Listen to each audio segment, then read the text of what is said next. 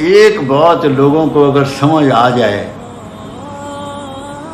کہ رشتے آسمانوں پہ طے ہوتے ہیں، وہ کیسے، وہ میں کوڈ میں آپ کو سمجھاؤں۔ اللہ کے ہاں روح بھیجنے کا سسٹم موجود ہے، تو روح کے لیے لکھ دیا جاتا ہے ماں اور باپ کا نام۔ تو جب روح کے لیے لکھ دیا گیا اس کے ماں اور باپ کا نام، تو یقیناً انہیں دونوں کی شادی ہوگی، تو رشتہ آسمان پہ طے ہوگا نا۔ اور یہ کریشن سے 50,000 سال پہلے لکھ کے، یہ بہت سارا پہلے ہو چکا ہے بالکل کہ یہ روح فلاں گھر میں جائے گی۔ تو جب یہ مقرر ہے تو بے چین کیوں ہوتے ہو؟ اللہ رب ہے، رب کہتے ہیں پالنے والے کو، دینے والے کو، چھیننے والے کو۔ اس کی اسائنمنٹ ہے تمہارے پالنے کا بندوبست کرنا، تمہارے بچوں کی شادی کا بندوبست کرنا، سارے کام اس کے ہیں۔ اس کو اس کے کام یاد مت کرواؤ، اس سے معافی مانگو، اپنی غلطیوں کی توبہ کرو، معافی مانگو کہ یا اللہ ہمیں بے چینی ہے، بے صبریں ہیں۔ مولا علی نے ایک اتنی حسین بات ایک دفعہ کہی، آپ نے فرمایا ہم کیسے لوگ ہیں، ہم کیسے لوگ ہیں، وقت سے پہلے چاہتے ہیں، نصیب سے زیادہ چاہتے ہیں۔ وقت سے پہلے، او بھائی تیری بیٹی کا، تیرے بیٹے کا وقت مقرر ہے، جب اس کی شادی کا وقت آنا ہے، جس جگہ ہونی ہے، پروردگار عالم نے غیب سے اس کے بندوبست کرنے ہیں، سب ہو جانا ہے۔ تو صبر کر کے بیٹھ، بے صبرہ ہو کے تو کر لے گا۔ اصل میں چیز کیا ہے، لوگ یہ سمجھ رہے ہیں کہ میری بیٹی کا رشتہ، میرے بیٹے کا رشتہ، میرا کاروبار میری ایفرٹ سے ہے۔ یہ ایفرٹ سے نہیں ہے، نصیب سے۔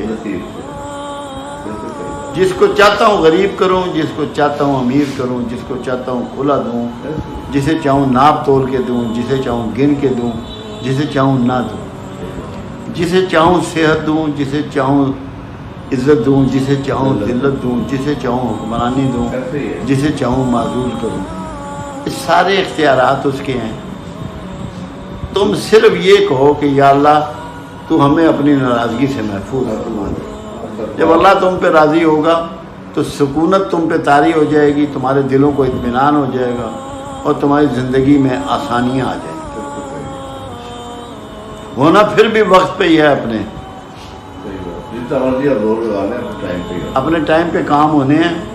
یہ پروردگار کے ہاں معاملات طے ہیں۔ ایک حدیث مبارکہ ہے، بخاری کی بھی ہے، مسلم کی بھی ہے، کہ پروردگار عالم روحوں کو پیدا کرنے سے قبل، روحوں کو پیدا کرنے سے 50,000 سال قبل سب کا سب کچھ لکھ کر فارغ ہو چکا تھا۔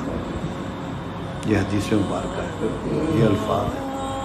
جب ہمیں یہ بات پتہ ہے کہ مالک نے، یقین نہیں، ابھی دیکھیں جو لوگ ریکھا کے علم کو جانتے ہیں، علم ہاتھ کے علم کو جانتے ہیں، لکیروں کے، کوئی ستاروں کے، مختلف چیزوں سے علوم ہیں، حیران کن آپ کو چیزیں بہت پہلے بتا دیتے ہیں،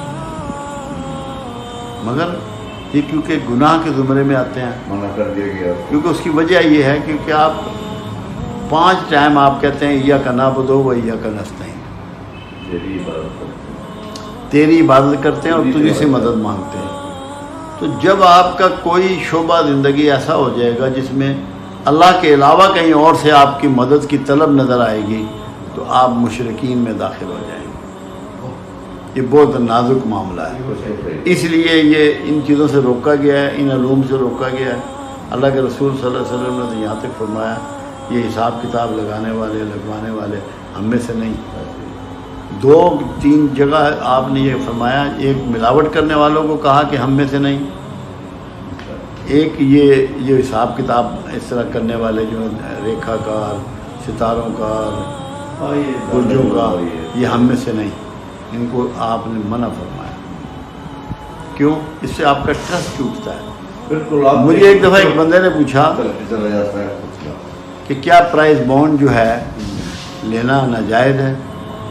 میں نے کہا یار شرعاً ناجائز نہیں ہے۔ کیوں؟ کہ اس میں آپ کا نقصان کوئی نہیں ہوتا، آپ 10 روپے کا لیتے ہیں، 10 روپے کا بک جاتا ہے۔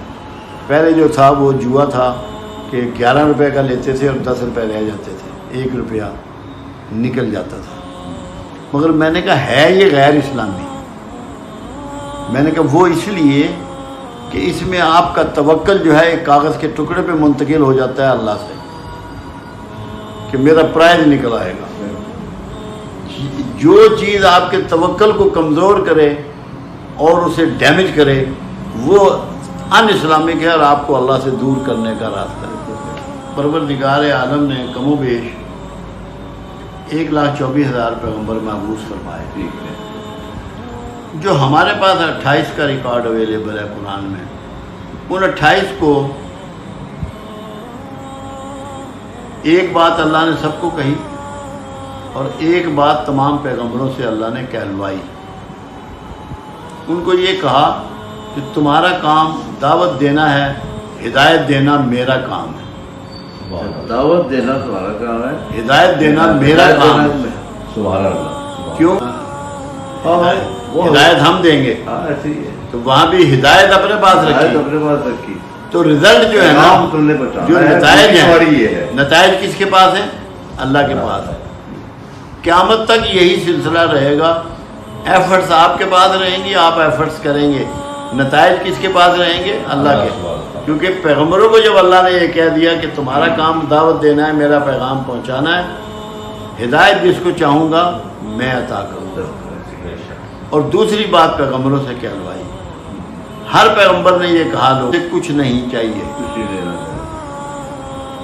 اب زندگی میں سکون کے لیے جو آپ کو گول دے دیا، جو طریقہ دے دیا، جو میسج دے دیا، وہ یہ ہے کہ اخلاص والے بن جاؤ کہ لوگوں سے کہہ دو ہمیں تم سے کچھ نہیں چاہیے.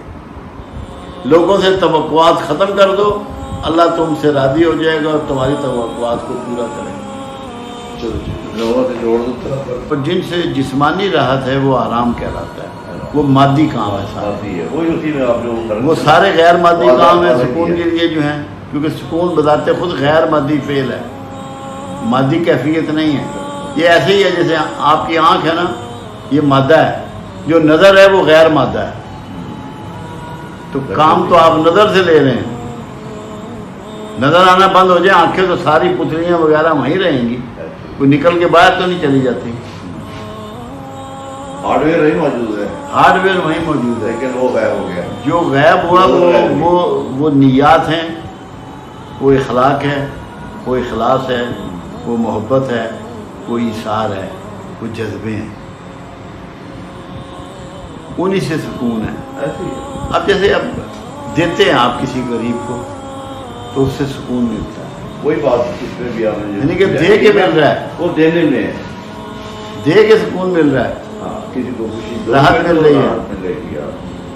کسی کو مال دو گے تو اس سے ہی آپ کو خوشی ملے گی. اب میں آپ کو عزت دوں گا نا تو مجھے عزت ملے گی، جو دو گے وہ ملے گا، وہ واپس مل جائے گا. اللہ اسے بڑھا کے لوٹا دے گا آپ کو.